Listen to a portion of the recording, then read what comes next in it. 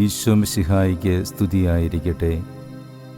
നമ്മുടെ കർത്താവായ ഈശോ മിശിഹായുടെ കൃപയും സമാധാനവും സ്നേഹവും കരുണയും വാത്സല്യവും എന്നെ കേൾക്കുകയും കാണുകയും ചെയ്യുന്ന നിങ്ങളെല്ലാവരോടും കൂടെ സമൃദ്ധമായി ഉണ്ടാകട്ടെ. ഈശോയിൽ ഏറ്റവും സ്നേഹിക്കപ്പെട്ടവരെ, ആരാധനാവത്സരത്തിലെ കൈത്താക്കാലം കഴിഞ്ഞ് ഏലിയ സ്ലീവ മൂശക്കാലത്തിലേക്ക് നമ്മൾ പ്രവേശിക്കുകയാണല്ലോ. ഏലിയ സ്ലീവ മൂശക്കാലത്തേക്ക് നാം പ്രവേശിക്കുമ്പോൾ ഈ ആരാധനാവത്സരകാലത്തെക്കുറിച്ച് നമ്മുടെ അനുദിന ജീവിതത്തിൽ നമ്മളൊന്ന് ചിന്തിക്കേണ്ടതുണ്ട്. പ്രധാനമായും ഈ ആരാധനാവത്സരകാലം 3 ചിന്തകളാണ് നമുക്ക് നൽകുന്നത്. ഒന്നാമതായി ലോകാവസാനം, 2 അന്ത്യവിധി, 3 ഈശോയുടെ രണ്ടാമത്തെ ആഗമനം. ഈ 3 കാര്യങ്ങളും അനുദിന ജീവിതത്തിൽ നമ്മളെപ്പോഴും ചിന്തിക്കേണ്ട യാഥാർത്ഥ്യമാണെന്ന് സഭാമാതാവ് നമ്മളെ ഓർമ്മിപ്പിക്കുകയാണ്. ലോകാവസാനത്തിന് മുൻപായി ഈ ലോകത്തിൽ നിന്നും ഓരോരുത്തരും കടന്നു പോകുമ്പോൾ ഓരോ വ്യക്തിയെ സംബന്ധിച്ചിടത്തോളവും അന്ത്യവിധിയുണ്ടാകുമെന്നും കർത്താവിൻ്റെ രണ്ടാമത്തെ ആഗമനത്തോടുകൂടി അത് പൂർത്തിയാകുമെന്നുമുള്ള വലിയ ചിന്തകൾ നമ്മുടെ ഹൃദയങ്ങളിൽ എപ്പോഴും നമ്മൾ മനനം ചെയ്യേണ്ട ഒരു കാര്യമാണ്. അന്ത്യവിധിയെക്കുറിച്ചും കർത്താവിൻ്റെ രണ്ടാമത്തെ ആഗമനത്തെക്കുറിച്ചുമുള്ള ബോധ്യങ്ങൾ ഉണ്ടാകുമ്പോഴാണ് ഈ ലോകം കടന്നു പോകേണ്ട യാഥാർത്ഥ്യത്തെക്കുറിച്ചുള്ള വലിയ ഒരു ചിന്ത നമുക്ക് നൽകുകയും നന്നായി ജീവിക്കണമെന്നുള്ള ബോധ്യത്തിലേക്ക് നമ്മൾ വളരുകയും ചെയ്യുന്നത്. നമുക്കറിയാം, കഴിഞ്ഞ ആരാധനാവത്സരകാലം സഭയുടെ വളർച്ചയെ സൂചിപ്പിക്കുന്നതായിരുന്നുവെങ്കിൽ ആ വളർച്ച പൂർണ്ണമാകുന്നത് കർത്താവിൻ്റെ രണ്ടാമത്തെ ആഗമനത്തോടു കൂടെയാണ്. അതുകൊണ്ട് കർത്താവിൻ്റെ ആ അന്ത്യവിധിയിൽ ഏലിയായുടെ രണ്ടാമത്തെ ആഗമനത്തോടുകൂടി പിതാക്കന്മാർ മക്കളിലേക്കും മക്കൾ പിതാക്കന്മാരിലേക്കും തിരിച്ചുവരും എന്നുള്ള മലാക്കി പ്രവാചകന്റെ പ്രവചനത്തിൻ്റെ ഒരു പൂർത്തീകരണം നിറവേറുവാൻ ഏലിയ പ്രവാചകന്റെ വരവ് ആവശ്യമാണ് എന്ന് പഴയ നിയമം സാക്ഷിക്കുന്നുണ്ട്. അതുകൊണ്ട് ഈ ആരാധനാവത്സരകാലം ഓരോ വിശ്വാസിയെ സംബന്ധിച്ചിടത്തോളവും വളരെ ധ്യാനാത്മകമായി ചെലവഴിക്കേണ്ട ഒരു കാലമാണെന്ന് സഭ നമ്മളെ ഓർമ്മിപ്പിക്കുന്നു.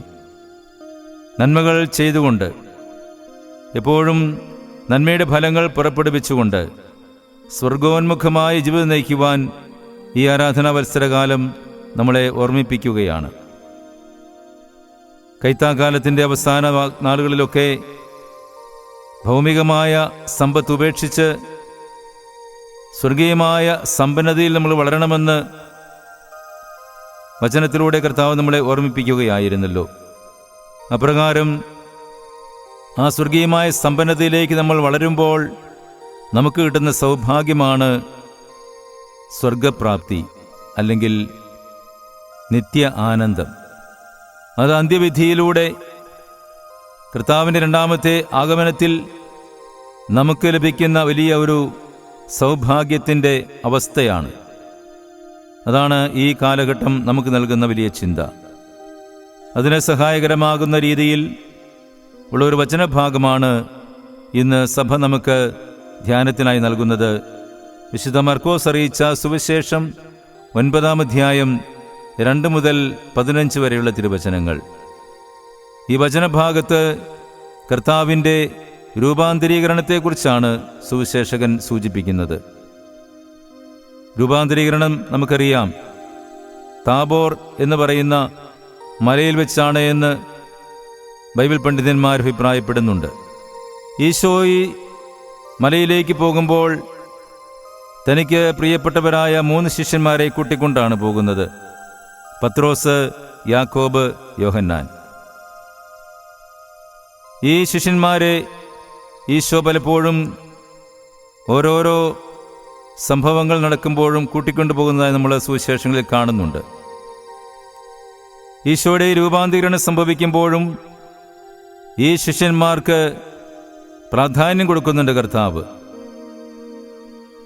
ഒരുപക്ഷെ ഈശോ ഇവരെ കൂടുതൽ സ്നേഹിക്കുന്നത് കൊണ്ടാണോ, അതോ ഇവർക്ക് കൂടുതൽ ഉത്തരവാദിത്തങ്ങൾ ഏൽപ്പിക്കുന്നത് കൊണ്ടാണോ എന്ന് നമുക്ക് അറിഞ്ഞുകൂടാ.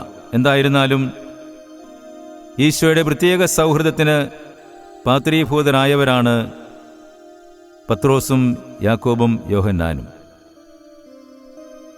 ഇവർക്ക് ഈ രൂപാന്തരീകരണത്തിൻ്റെ ദൃശ്യം പ്രകടമാകുന്നത് വലിയ ഒരു ദൈവാനുഭവത്തിൻ്റെ അടയാളമായി മാറുകയാണ്. ഈശോ അവർക്ക് മുൻപിൽ വെച്ച് രൂപാന്തരപ്പെട്ടു എന്നാണ് വചനം പറയുന്നത്. അവൻ്റെ വസ്ത്രങ്ങൾ ഭൂമിയിലെ ഏതൊരു അലക്കുകാരനും വെളുപ്പിക്കാൻ കഴിയാത്തതിനേക്കാൾ വെണ്മയും തിളക്കവുമുള്ളവയായി. ഏലിയായും മോശയും പ്രത്യക്ഷപ്പെട്ട് ഈശോയോട് സംസാരിച്ചു കൊണ്ടിരുന്നു. പ്രിയമുള്ളവരെ, ഏലിയ, സ്ലീവ, മോശെ കാലം. ഏലിയ പ്രവാചകന്റെ വരവ് കർത്താവിൻ്റെ അന്ത്യവിധിക്ക് മുൻപുണ്ടായിരിക്കും എന്നുള്ളത് ഒരു പാരമ്പര്യമാണ്. ഏലിയായും മോശയും പഴയ നിയമത്തിലെ രണ്ട് ശക്തരായ പ്രവാചകന്മാരായിരുന്നു.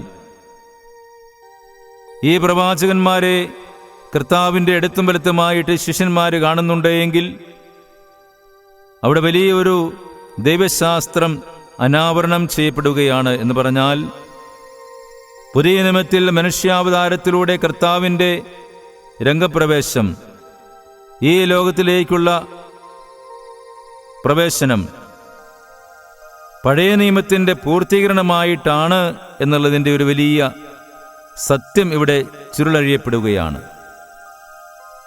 ഏലിയായും മോശയും പഴയ നിയമത്തെ പ്രതിനിധീകരിക്കുമ്പോൾ അവർ രണ്ടുപേരും ഈശോയോട് സംസാരിച്ചു കൊണ്ടിരുന്നു എന്ന് പറയുമ്പോൾ ഈശോയിലേക്ക് പഴയ നിയമം ഉൾച്ചേർക്കപ്പെടുകയാണ്. അല്ലെങ്കിൽ മറ്റൊരു വാക്കിൽ പറഞ്ഞാൽ, പഴയ നിയമത്തിൻ്റെ പൂർത്തീകരണമായി ഈശോ ഈ ലോകത്തിലേക്ക് വന്നു എന്ന് ഈ വചനഭാഗം നമുക്ക് വെളിപ്പെടുത്തി തരികയാണ്.